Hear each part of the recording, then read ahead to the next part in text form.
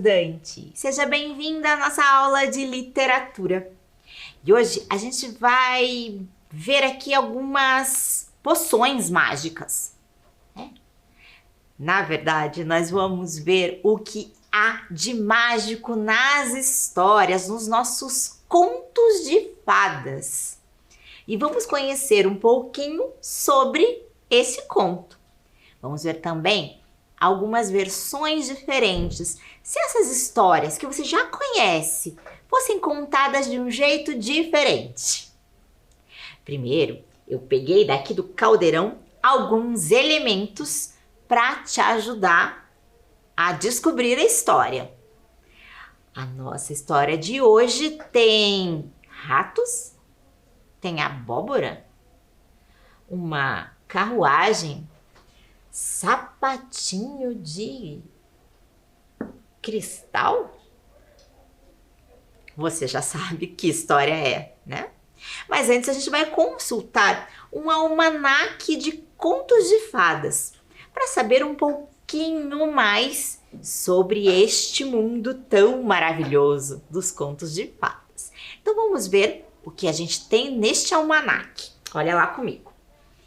Ele foi escrito pela Alfredina Neri e pela Lourdes Atier. A Alfredina se apresenta. Leitor amigo, sou uma professora que gosta muito de ler e de escrever.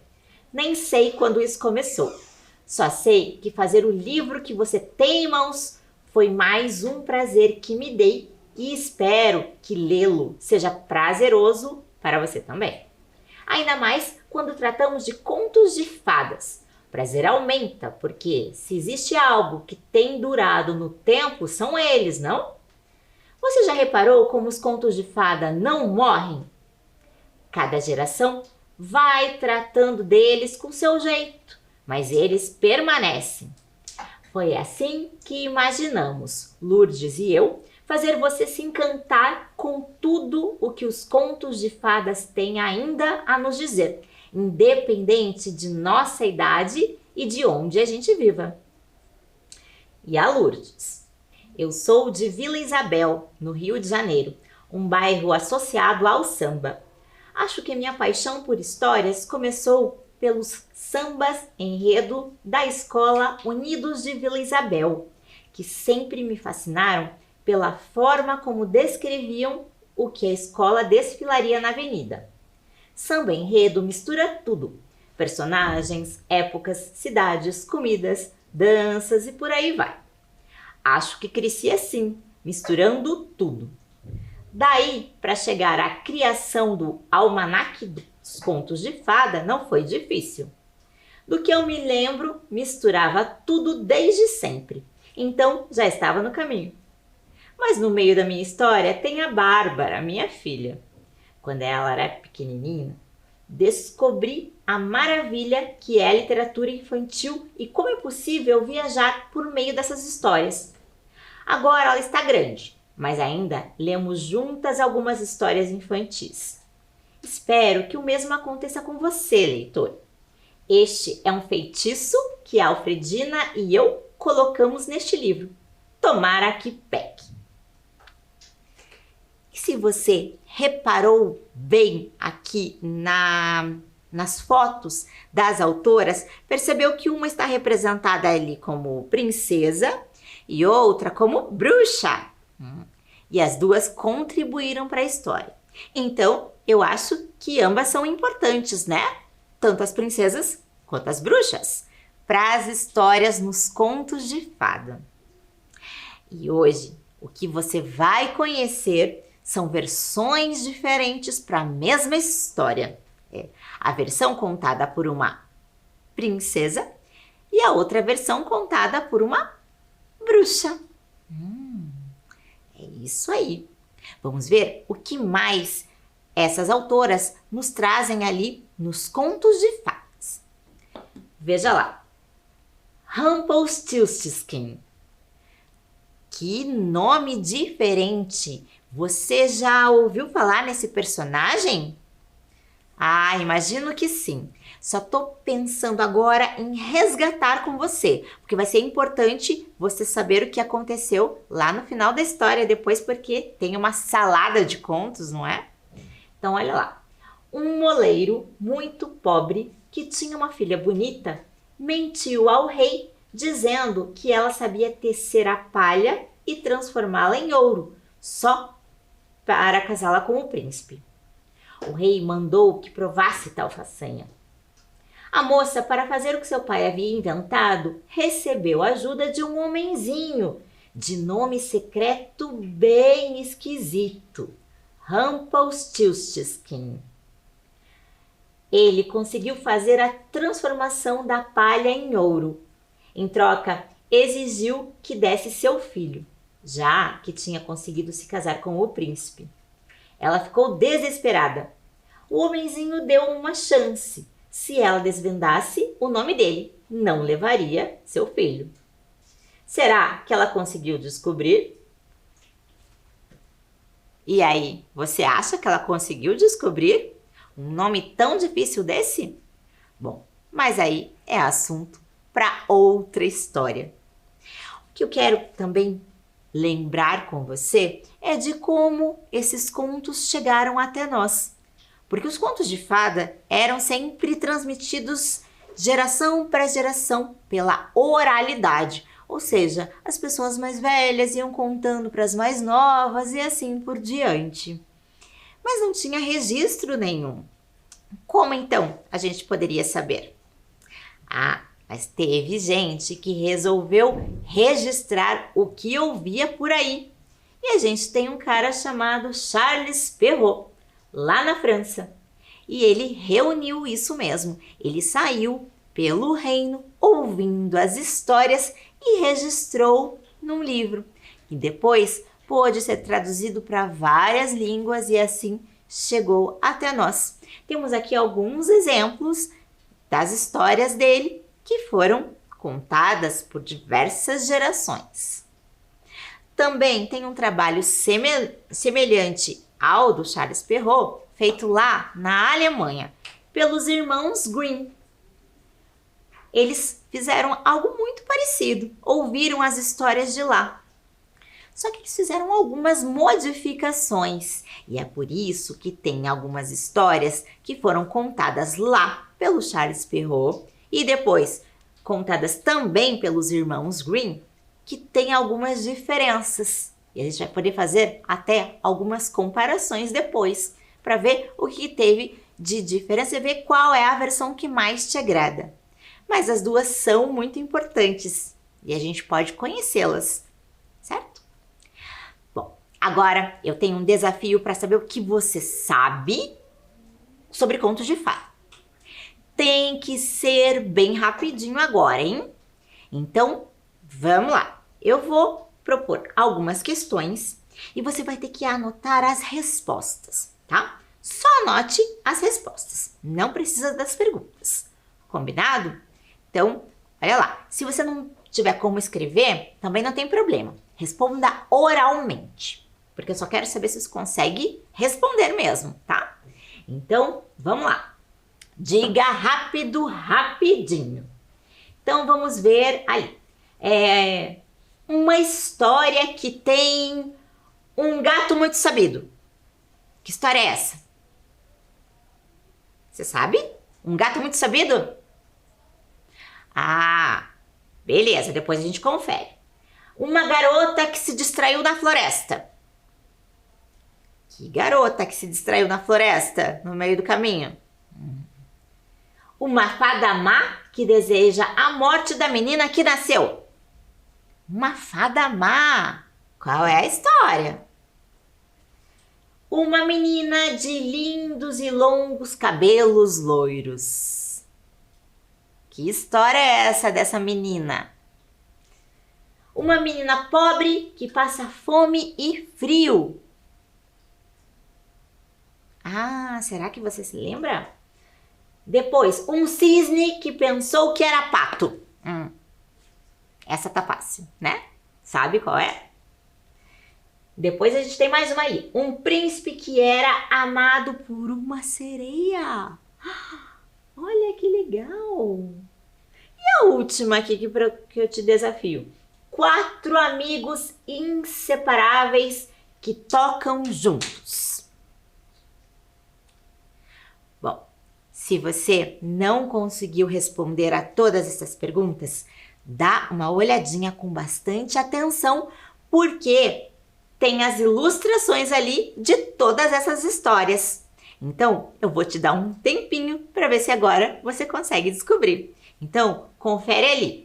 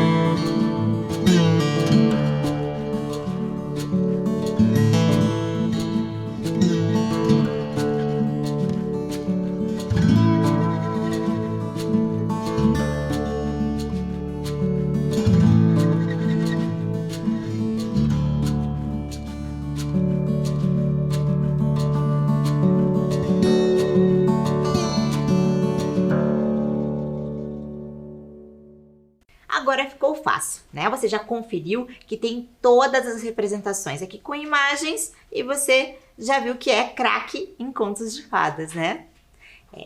Mas você também já passou por uma experiência de ser um pouquinho detetive. Vimos algumas histórias. Então agora eu vou te apresentar um esquema de códigos. Alguns códigos dos contos de fada. E depois, do lado, vão ter 2 propostas de 2 títulos aqui. E você vai tentar descobrir quais são as histórias. Uma delas, é claro, é a nossa história da aula de hoje. Então, vamos ver ali. Eu tenho para você um código, decifrando histórias. Então, cada símbolo aqui representa uma letra. E aqui depois, as palavras revelam algo. Então, no primeiro eu tenho: qual é o título do conto de fada que tem rainha, príncipe e essas 2 coisas? Primeiro, você precisa descobrir quais são essas 2 palavras.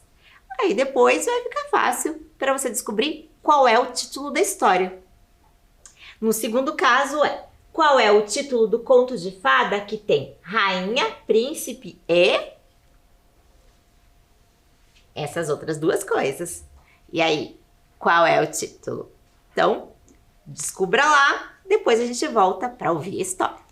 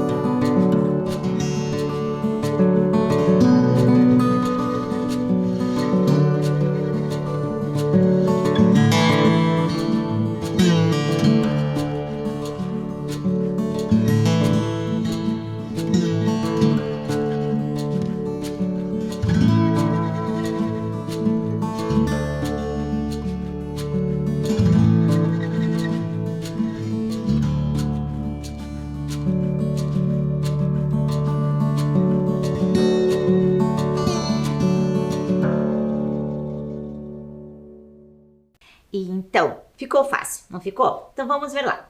Qual é o título do conto de fada que tem rainha, príncipe e... Você viu que a cartinha de baralho é N. O sapatinho é E. O sapo é V. E depois o sapatinho de novo, E. Neve. Acertou?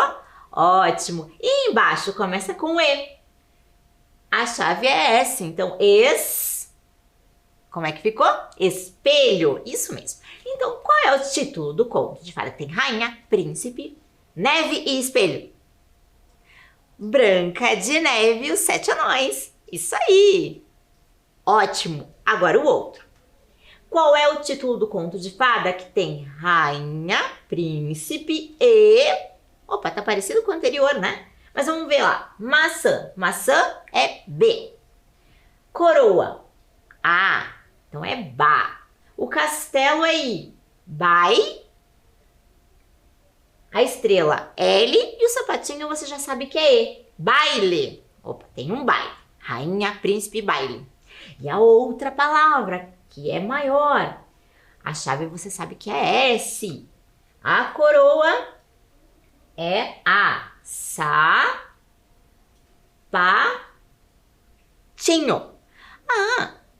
Rainha, príncipe, baile e sapatinho. Você já sabe que é a Cinderela! Ótimo! E com tudo que a gente tem aqui de elementos, qual é a história de hoje? A Branca de Neve e os Sete Anões ou a Cinderela? É claro que você já sabe.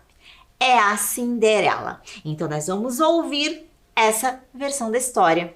E eu tenho aqui um livro que traz minha versão da história. Minha versão da história, baseada na história da Disney, contada pela Cinderela. Mas a gente também tem a mesma história contada pela madrasta. Quais serão as diferenças? Vocês acham que a história vai ser contada da mesma maneira? Eu imagino que não, né? Mas vamos lá. A gente vai conhecer hoje, então, a versão aqui da Cinderela. A versão da história contada por ela. Quando eu era pequena e meu pai ainda estava vivo, ele costumava me contar histórias de animais. Uma de minhas favoritas era de uma tartaruga e da lebre. A lebre ria da tartaruga por ela ser vagarosa e a desafiou para uma corrida. Está bem, disse a tartaruga, começando a andar a passos lentos. A lebre saltou à frente. Ela estava tão certa de vencer que deitou para um cochilo. Quando acordou, a tartaruga estava cruzando a linha de chegada. A tartaruga ganhou? Perguntei a meu pai. Ele concordou, acenando com a cabeça, e perguntou-me: o que você preferia ser, Cinderela? Uma tartaruga ou uma lebre? Nenhuma das duas. Quero ser princesa ou veterinária, disse. Minha resposta fez meu pai rir. Por que não ambas? Indagou ele. Depois de todos esses anos, ainda guardo na memória suas palavras. Quanto à história da tartaruga e da lebre, ela foi a inspiração para o meu lema. Não se preocupe, não se apresse. Esse não era um conceito popular em minha casa. Desde que meu pai faleceu e minha madrasta me colocou para trabalhar, meus dias sempre começam do mesmo jeito, com minhas irmãs de criação gritando. Mesmo que eu fosse muito ágil ao levar suas bandejas com café da manhã, nunca era rápido o suficiente para elas. E naquela manhã não foi diferente. Você é tão lerda, Drizella reclamou assim que lhe entreguei a bandeja. Sorri e fui para a porta. Ela apontou para uma pilha de roupas no chão e disse: lave essas roupas imediatamente. Anastácia, assim que me viu, começou a berrar sobre um grande cesto de roupas para passar. Passe agora, não daqui a 3 dias, ela ordenou, soando como uma dobradiça enferrujada. Minha madrasta foi a última. Ela também me deu trabalho, um grande saco com roupas para consertar. Espero que esteja pronta logo, disse. Sim, madrasta, murmurei. Estava descendo a escada quando ouvi um grito de gelar o sangue. Era Anastácia. Ela saiu correndo do quarto. Um rato feio e enorme estava ali, embaixo da xícara de chá. Ele fugiu antes que eu pudesse matar. Ufa, pensei. Minhas irmãs de criação detestam ratos. Se elas soubessem quantos vivem nesta casa, tentariam matar todos. E seria terrível, porque esses ratinhos são meus melhores amigos. Os ratos são adoráveis. Sempre amei os animais. Acho que porque meu pai me contou muita história sobre eles. Agora que ele se foi, são os meus únicos amigos. Eles são mais gentis comigo do que minha atual família. Bruno, o cachorro, lambe meu rosto todas as manhãs quando chego à cozinha. As galinhas cacarejam como adoráveis senhoras quando as cumprimento. Somente Lúcifer, o gato de minha madrasta, mantém distância. Ele é tão nojento quanto ela. Apesar de ter sido por causa de Lúcifer que achei os ratinhos. Numa tarde, notei Lúcifer abaixado em um canto golpeando algo. Era um ratinho e já estava quase morto. Lúcifer, gritei, deixe o rato em paz. Ele fugiu furioso e levei o ratinho para o sótão. Quando a pequena criatura parou de tremer, aprendi algo espantoso. Se eu escutasse com muito cuidado, poderia entender o que ela dizia. Foi a coisa mais maravilhosa que me aconteceu. Dali em diante, minha solidão acabou. O ratinho, cujo nome era Jack, chamou sua família e amigos. Mert, Bert, Suzy, Perla e Lucas juntaram-se a nós. Tatá veio depois. Eles eram fascinantes. Eles conheciam tudo sobre a casa. Havia 632 buracos de rato. O celeiro, as galinhas botavam mais ovos quando o galo contava piadas. E sobre minha madrasta e minhas irmãs de criação. Descobri que a Anastácia sempre esconde doces em seu quarto, que os ratinhos comem. A Anastácia então culpa a Drizella e elas têm uma de suas brigas cheias de gritos. Os ratos acham isso muito divertido. Drizella tem um amigo imaginário chamado Drizola, para quem ela canta. Minha madrasta sonha em ser uma grande dama e com o dia em que ela e suas filhas brilharão na corte. Se pelo menos eles pudessem nos conhecer. Ela sempre diz quando está sozinha. Logo perceberiam que somos seres superiores. Os ratinhos me contaram isso às gargalhadas. Chegaremos ao palácio mais rápido do que elas, disse Mert. Pelo menos somos educados, disse Bert. A conversa deveria me consolar, mas falar sobre o palácio me deixou triste. O que há de errado, Cinderela? Perguntou Perla. Sei que é bobagem, mas desde que eu era uma garotinha, sonho em ser uma princesa. O palácio me parece tão longe quanto a lua, suspirei. Houve um breve silêncio. Tudo é possível, disse Beth. Até aprendemos a nos comunicar, disse Mert. E a costurar, acrescentaram Perla e Suzy. E a levantar muito peso, finalizou Jack. Nada disso vai me ajudar. Como poderia? E você acha que nada disso vai ajudar a Cinderela?